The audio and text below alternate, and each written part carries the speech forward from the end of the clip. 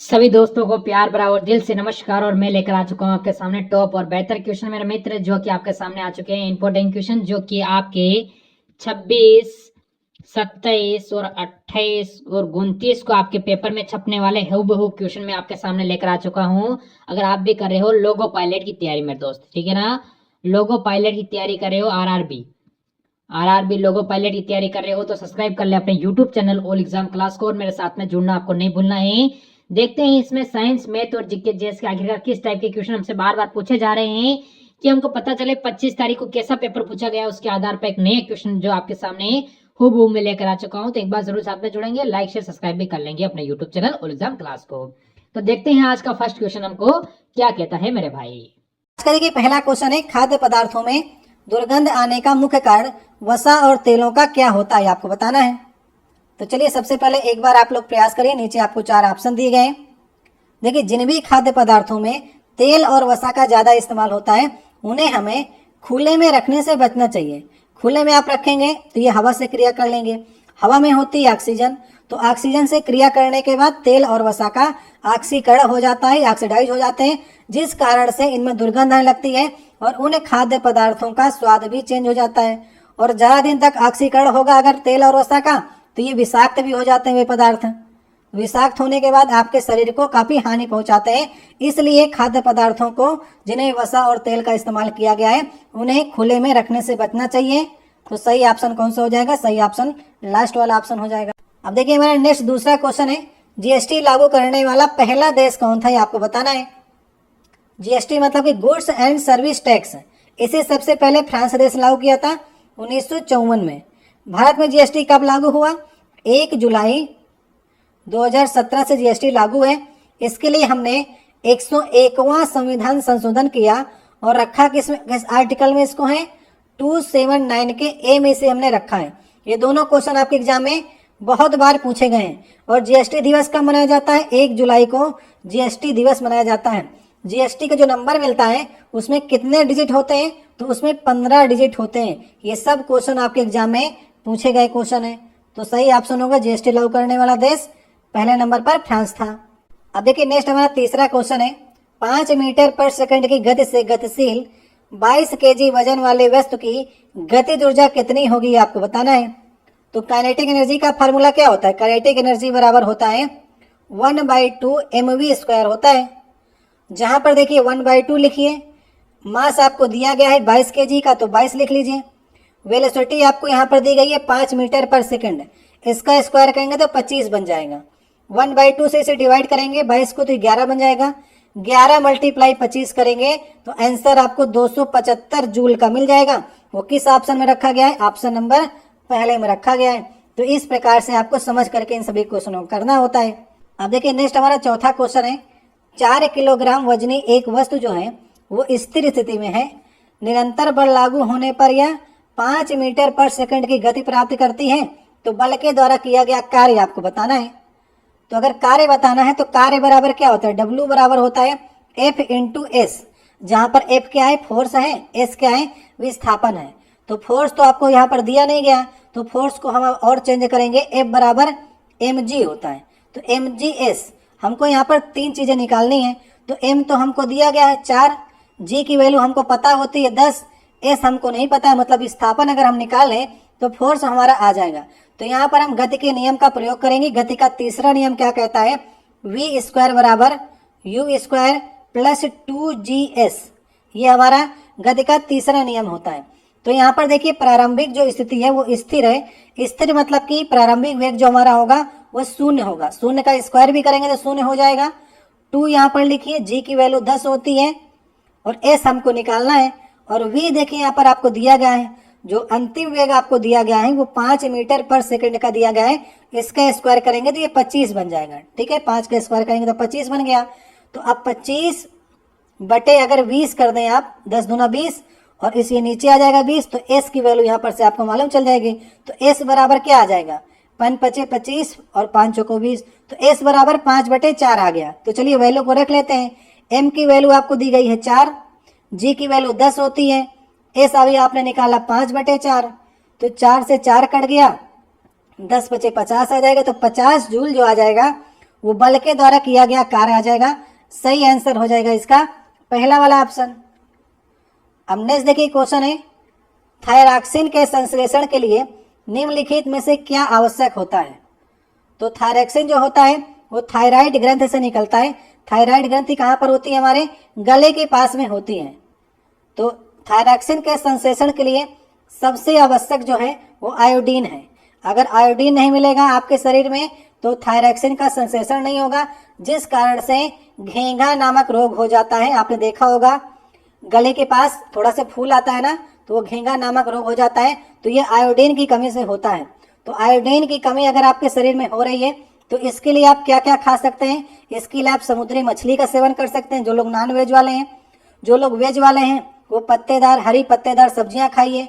और आयोडीन युक्त अगर आप नमक खाते हैं तो आयोडीन आपको मिलेगा, जिस कारण से आपको घेंघा रोग नहीं होगा और थायरॉक्सिन का संश्लेषण अच्छी तरह से होगा। तो सही ऑप्शन कौन सा हो जाएगा, सही ऑप्शन नंबर तीसरा हो जाएगा। नेक्स्ट देखिए क्वेश्चन है, सेल्सियस से केल्विन पैमाने पर तापमान को बदलने के लिए निम्नलिखित में से क्या आपको करना होगा। तो यदि लिखा गया है 0 डिग्री सेंटीग्रेड, आपसे कोई कह रहा है कि इसको केल्विन में चेंज करिए। तो केल्विन में चेंज करने के लिए 0 डिग्री प्लस 273 अगर आप जोड़ दें तो ये आपका केल्विन में चेंज हो गया। तो 0 डिग्री 273 केल्विन के बराबर होता है। इसी प्रकार अगर आपसे कोई कहता है कि अगर आप 27 डिग्री को केल्विन में चेंज करिए तो 273 इसमें और जोड़ दीजिए तो 27 डिग्री हमारा केल्विन में चेंज हो जाएगा। तो दिए गए तापमान में आपको 273 जोड़ना पड़ेगा। सही ऑप्शन नंबर हमारा तीसरा वाला हो जाएगा, सेल्सियस से अगर आपको केल्विन में चेंज करना है तो। नेक्स्ट देखिए क्वेश्चन है, कौन से भारतीय मुख्यमंत्री के पिता जो थे वो महाराजा थे। तो यहां पर देखिए उन मुख्यमंत्री का नाम है अमरिंदर सिंह। ठीक है, अमरिंदर सिंह पंजाब के पूर्व मुख्यमंत्री थे और इनके पिता का नाम था यादवेंद्र सिंह। ठीक है, यादवेंद्र सिंह जो कि पटियाला के राजा थे, पटियाला के आखिरी राजा थे। 1938 से लेकर के 1971 तक ये पटियाला के राजा थे, अमरिंदर सिंह के पिताजी। ठीक है, याद रहेंगे यादवेंद्र सिंह। और ये एक क्रिकेट खिलाड़ी भी थे, तो इन्हें आप लोग क्रिकेट खेलते हुए देखे होंगे या सुने भी होंगे। अब नेक्स्ट देखिए 8वां नंबर क्वेश्चन है, 2 kg की एक द्रव्यमान वाली वस्तु को ऊपर की ओर 20 मीटर पर सेकंड के प्रारंभिक वेग से फेंका जाता है तो 2 सेकंड बाद उसकी गतिज ऊर्जा आपको बतानी है। तो काइनेटिक एनर्जी बराबर क्या होता है, काइनेटिक एनर्जी बराबर अभी मैंने आपको बताया कि 1/2 mv² होता है, जहां पर m जो आपको दिया गया है मास 2 kg का, लेकिन वेग अभी आपको अंतिम वाला निकालना होगा। प्रारंभिक वेग आपको 20 मीटर पर सेकंड का दिया गया है, लेकिन अभी आपको 2 सेकंड बाद उसका वेग क्या होगा वो आपको निकालने के बाद ही आप यहाँ पर उस वेग को रखेंगे, अंतिम वेग को। तो हम लोग अंतिम वेग के निकालने के लिए गति के प्रथम नियम का प्रयोग करते हैं। गति का प्रथम नियम क्या कहता है, v बराबर u प्लस gt होता है। ठीक है, ये हमारा गति का प्रथम नियम हो गया। तो अंतिम वेग हमको निकालना है तो v हमको निकालना है और प्रारंभिक वेग आपको 20 दिया गया है तो 20 लिख लीजिए। माइनस लगाएंगे इसलिए क्योंकि वस्तु जो है ऊपर की ओर फेंकी जा रही है। यदि ऊपर की ओर फेंकी जा रही है तो जी की वैल्यू जो होती है माइनस में आप 10 रखेंगे। यदि ऊपर से नीचे कोई वस्तु को फेंका जाएगा तो जी पॉजिटिव में रहेगा। अगर नीचे से ऊपर अगर वस्तु को फेंक रहे हैं तो जी हमारा निगेटिव में होता है, इसलिए यहाँ पर हम 10 रखेंगे। समय आपको दिया गया 2 सेकंड में आपको निकालना है। तो 20 - 20 अगर यहाँ पर आप देखेंगे तो v की वैल्यू तो 0 आ गई। अगर v की वैल्यू 0 आ गई तो 1/2 2 kg और 0 का स्क्वायर करेंगे 0, तो काइनेटिक एनर्जी भी हमारी 0 हो जाएगी। तो 2 सेकंड बाद जो है गतिज ऊर्जा 0 हो जाएगी, क्योंकि 2 सेकंड बाद ये पिंड जो है ऊपर पहुंच जाएगा और ऊपर जब पहुंच जाता है तो पिंड स्थिर हो जाता है और स्थिर पिंड की काइनेटिक एनर्जी भी 0 हो जाएगी। तो सही ऑप्शन कौन सा हो जाएगा, सही ऑप्शन 0 जूल हो जाएगा। तो इस प्रकार से क्वेश्चन आपके बनते हैं। नेक्स्ट देखिए क्वेश्चन है, धातुएं अम्लों के साथ क्रिया करके क्या उत्पन्न करती हैं, आपको बताना है। तो आप एग्जाम्पल के थ्रू समझ लेते हैं कि धातु अगर हम मान लें कि Mg हमने ले लिया है, Mg को अगर हम लोग HCl के साथ क्रिया करा दें, HCl अम्ल हो गया, तो क्या बनेगा, MgCl2 बनेगा और H2 बनेगा। तो MgCl2 जो है एक साल्ट है, मतलब कि लवण है, और क्या बन रहा है, हाइड्रोजन गैस बन रही है। तो जहां पर भी लवण और गैस लिखा हो उसे सही कर दीजिए, साल्ट और हाइड्रोजन ऑप्शन नंबर दूसरा सही हो जाएगा। तो धातुएं अम्ल के साथ क्रिया करके साल्ट और हाइड्रोजन बनाती हैं। एक एग्जाम्पल और देख लीजिए, अगर हम लोग एल्युमिनियम की HCl से क्रिया कराते हैं तो उसी प्रकार से AlCl3 बनेगा, ये एक साल्ट हो गया और इसमें भी हाइड्रोजन निकलेगी, तो हाइड्रोजन हर जगह निकलेगी और साल्ट हर जगह बनता है। सही ऑप्शन नंबर हमारा दूसरा हो जाएगा। अब नेक्स्ट देखिए 10वां क्वेश्चन है, निम्नलिखित में से कौन बढ़ते भ्रूण के लिए पोषक ऊतक का कार्य करता है? ये 4 ऑप्शन आपको दिए गए। देखिए आपने पढ़ा होगा आवृत्त बीजी, आवृत्त बीजी में आपने द्विबीजपत्री पढ़ा होगा। तो द्विबीजपत्री में पोषक ऊतक जो होता है उसका एंडोस्पर्म होता है। एंडोस्पर्म में स्टार्च होता है, स्टार्च से ही जो भ्रूण होता है वो बढ़ने का काम करता है। तो सही ऑप्शन नंबर डी हो जाएगा। तो एंडोस्पर्म जो होता है भ्रूण के लिए पोषक ऊतक का कार्य करता है। जब आप लोग आवृत्त बीजी में 1 बीजपत्री 2 बीजपत्री पढ़ेंगे तो वहां पर आपको एंडोस्पर्म देखने को मिलेगा। अब देखिए नेक्स्ट 11 नंबर क्वेश्चन है, एक पौधे के तने या जड़ का घेरा किस कारण से बढ़ता है, ये आपको बताना है। तो देखिए पादप ऊतक के 2 प्रकार होते हैं। तो पादप ऊतकों के 2 प्रकारों में आपने पढ़ा होगा। पहला नंबर आता है विभाजोत्मक ऊतक का। तो विभाजोत्मक ऊतक भी आपके 3 प्रकार के होते हैं। और दूसरा नंबर आता है स्थायी ऊतक का। स्थायी ऊतक आपके 2 प्रकार के होते हैं, एक सरल ऊतक, एक आपका जटिल ऊतक। ठीक है, तो अभी आपसे विभाजोत्मक ऊतक के 3 प्रकारों में पूछा है। तो इन 3 प्रकारों में जो होते हैं, पहला नंबर पे आपका एपिकल, दूसरा नंबर पर लेटरल और तीसरे नंबर पर इंटरकलेरी ऊतक होते हैं। तो एपिकल को हम लोग हिंदी में कहते हैं शीर्षस्थ। तो शीर्षस्थ ऊतक जो होता है उसे एपिकल, लेटरल मतलब होता है पार्श्व और इंटरकलेरी मतलब होता है अंतर्वेशी। तो इस प्रकार से विभाजोत्मक ऊतक जो है वो 3 भागों में आपके बटे होते हैं। तो शीर्ष जो ऊतक का काम होता है, एपिकल ऊतक का काम क्या होता है, जड़ और तनों की लंबाई में वृद्धि करना होता है। नीचे की ओर जड़ें बढ़ेगी और ऊपर की ओर तना बढ़ेगा, तो इसमें लंबाई में जो वृद्धि करता है वो आपका एपिकल ऊतक करता है। लेकिन आपसे पूछा क्या गया है, जड़ और तनों के घेरे में, घेरा मतलब कि इनकी मोटाई जो है वो कैसे बढ़ेगी जड़ और तनों की, तो उसका काम होता है पार्श्व वाले का। पार्श्व मतलब लेटरल, लेटरल जो आपका ऊतक होता है उसका काम होता है कि मोटाई बढ़ाना जड़ और तने की। वही आपसे पूछा है, तो सही ऑप्शन कौन सा हो जाएगा, लेटरल वाला। ठीक है, दूसरा ऑप्शन सही हो जाएगा।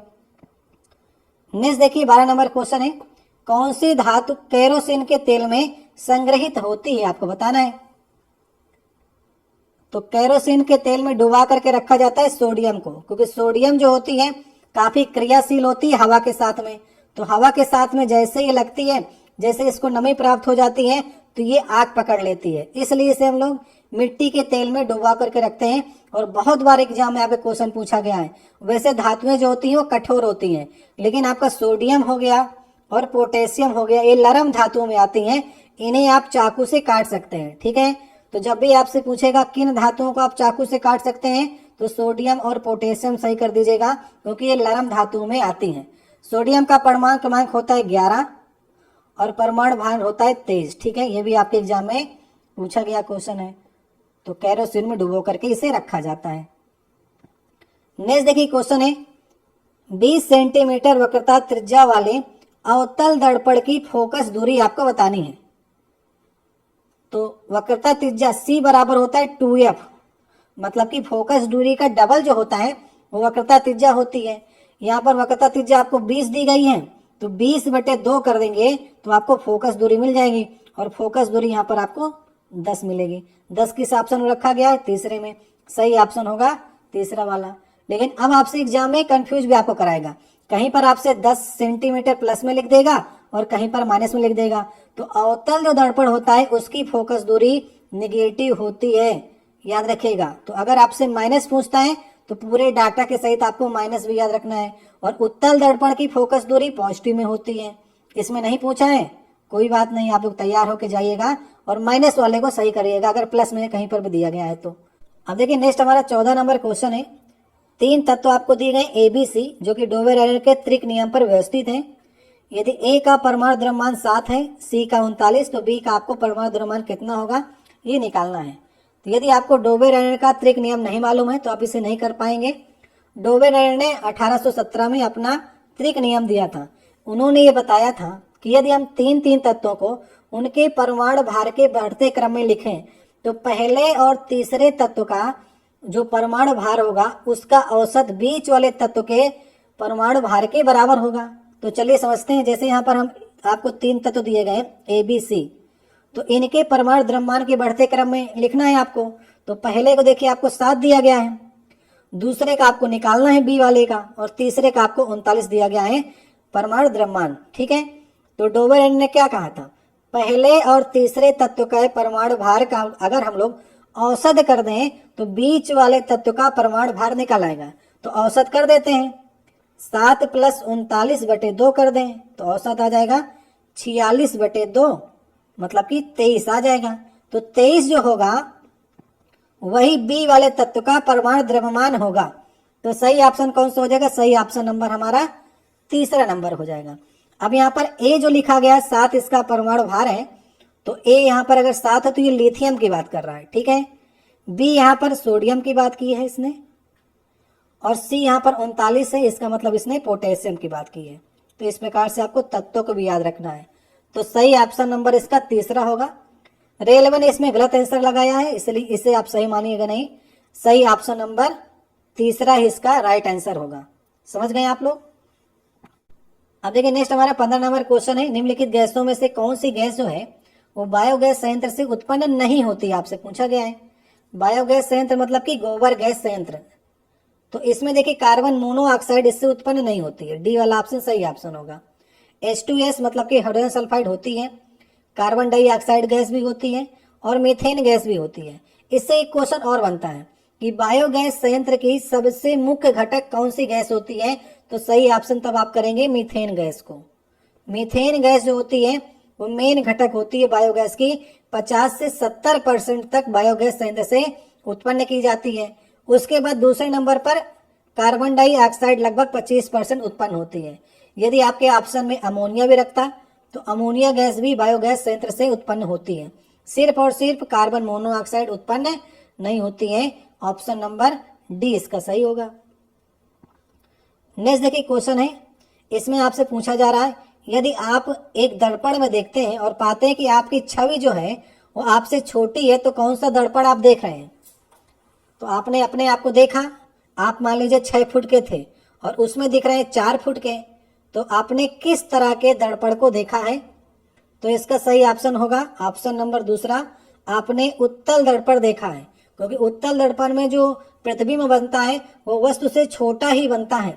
तभी आपने देखा होगा जो साइड मिरर होते हैं, गाड़ियों के जो साइड मिरर होते हैं और जो रेयर मिरर होते हैं जो ऊपर से पीछे से आगे से पीछे देखने काम आते हैं, तो साइड मिरर और रेयर मिरर जो होते हैं वही आपके उत्तल दर्पण के बने होते हैं, ताकि बड़ी गाड़ियों को हम लोग छोटा से देख सकें अपने शीशे में।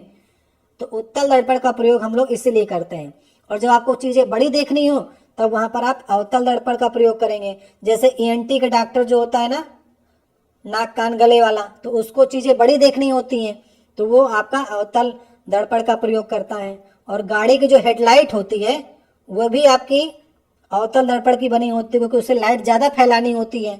तो इस प्रकार से आप लोग समझ लीजिएगा। और दाढ़ी बनाने के शीशम भी आपको थोड़ा से बड़ा देखने की आवश्यकता होती है, तो दाढ़ी बनाने का शीशा भी आपका अवतल दर्पण का होता है। इस प्रकार से कई क्वेश्चन आपके एग्जाम में बने हैं। नेक्स्ट देखिए क्वेश्चन है, इसमें पूछा जा रहा है आपसे निम्नलिखित में से किसने रासायनिक संयोजन के 2 महत्वपूर्ण नियमों की स्थापना करके रासायनिक विज्ञान की नींव रखी थी, आपको बताना है। तो यदि आपको मालूम है कि रसायन विज्ञान का पिता किसे कहा जाता है तो आप इस क्वेश्चन को सही कर सकते थे। तो रसायन विज्ञान का पिता कहा जाता है लेवासिए को, सही ऑप्शन हो जाएगा दूसरा वाला। इन्होंने 2 नियम कौन से दिए थे, तो पहला नियम दिया था द्रव्यमान संरक्षण का नियम दिया था, जिसे हम लोग इंग्लिश में कहते हैं law of conservation of mass. ठीक है, तो पहला नियम ये दिया था। और दूसरा नियम दिया था निश्चित अनुपात का नियम, निश्चित अनुपात का नियम। ठीक है, तो ये दोनों नियमों के द्वारा जो है वो रासायनिक विज्ञान की नींव रखी, और लेवासिए को रसायन विज्ञान का पिता माना जाता है।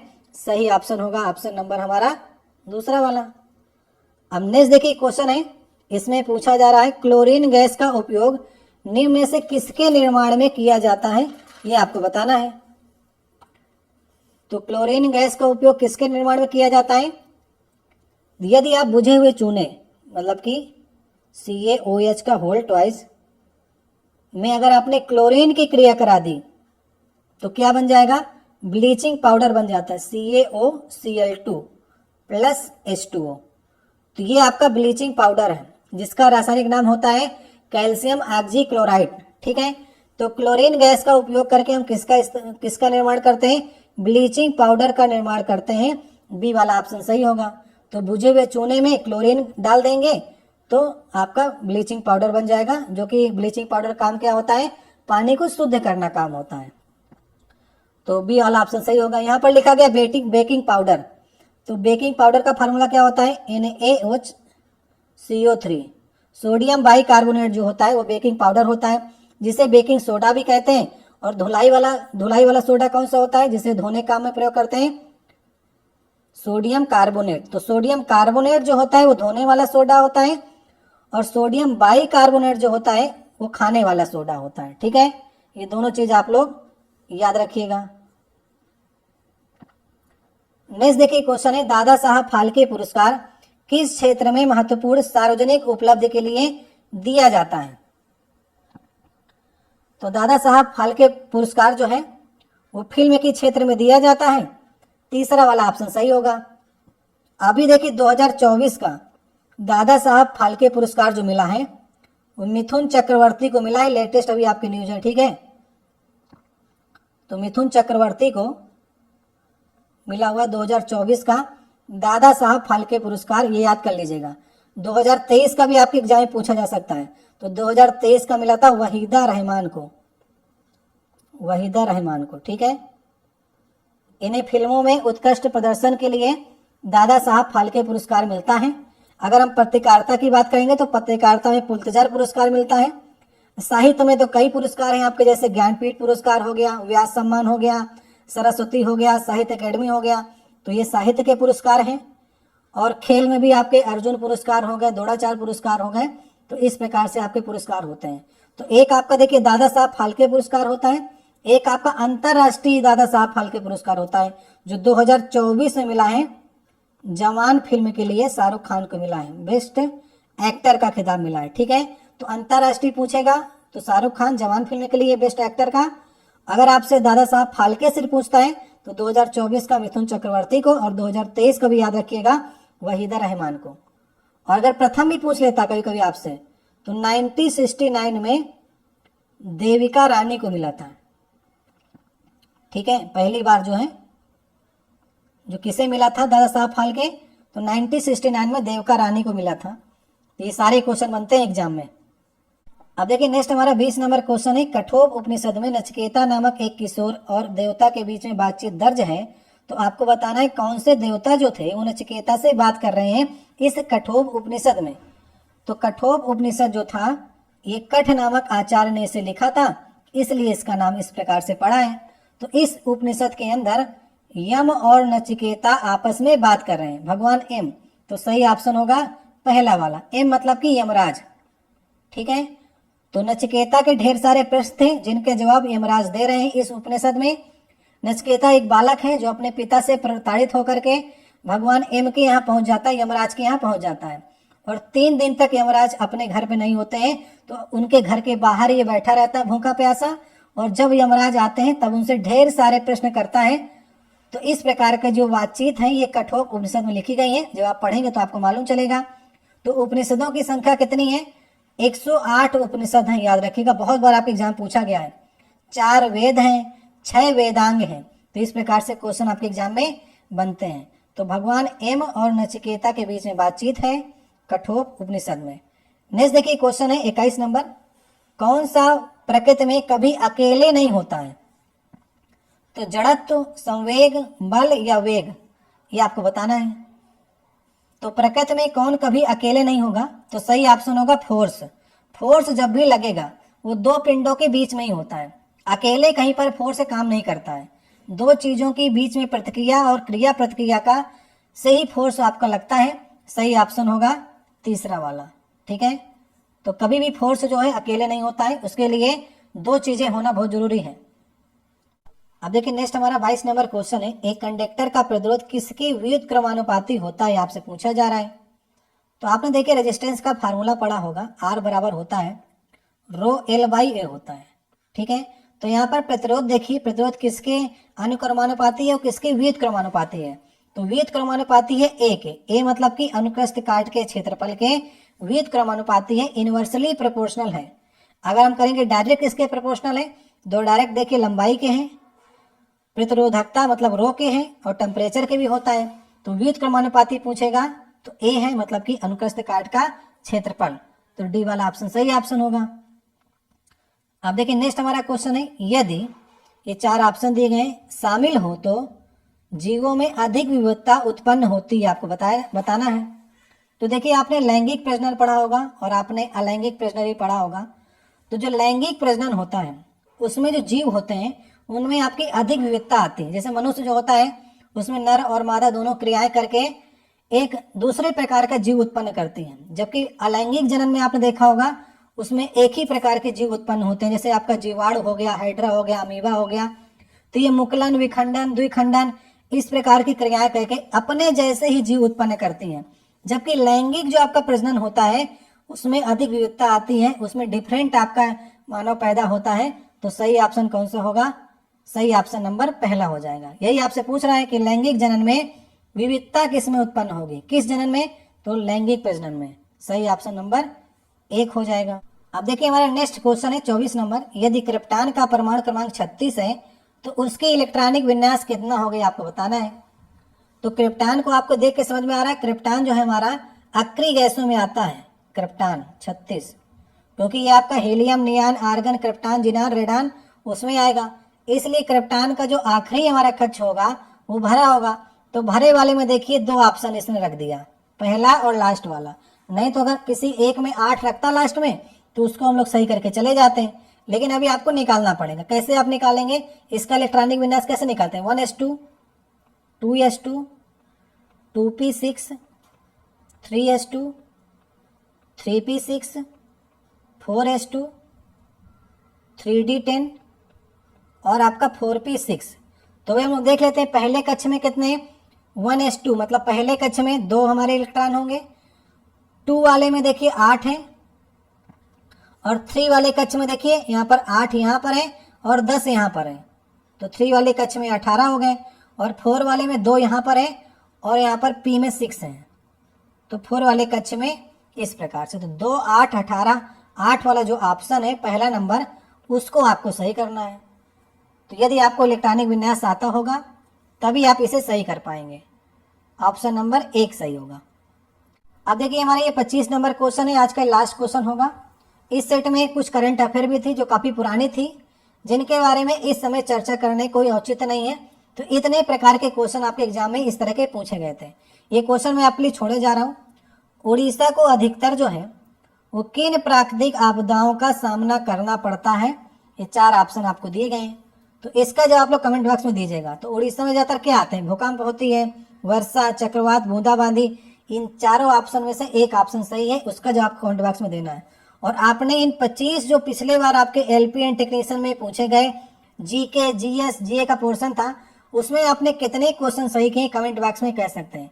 मेरी आशा है कि इस सेट में आपने कम से कम आपको 20 करने हैं। अगर आप एक मीडियम स्टूडेंट हैं, अगर आप अच्छे हैं तो 25 में 25 सही कर सकते हैं, लेकिन कम से कम आप लोग 20 सही करिएगा, क्योंकि आपका एलपी एंड टेक्नीशियन का जो एग्जाम होता है और आपका जेई का जो एग्जाम होता है और आपका ग्रुप डी का जो एग्जाम होता है, इन तीनों एग्जामों में साइंस के बहुत ज़्यादा क्वेश्चन पूछे जाते हैं। अगर आपके एग्जाम में 30 क्वेश्चन आएंगे तो 20 क्वेश्चन साइंस के होंगे, ठीक है, ये बात आप लोग ध्यान रखिएगा। तो इस प्रकार से आपको एलपी एंड टेक्नीशियन वालों को, जेई वालों को, ग्रुप डी वालों को अपनी बेहतर साइंस करके चलनी है।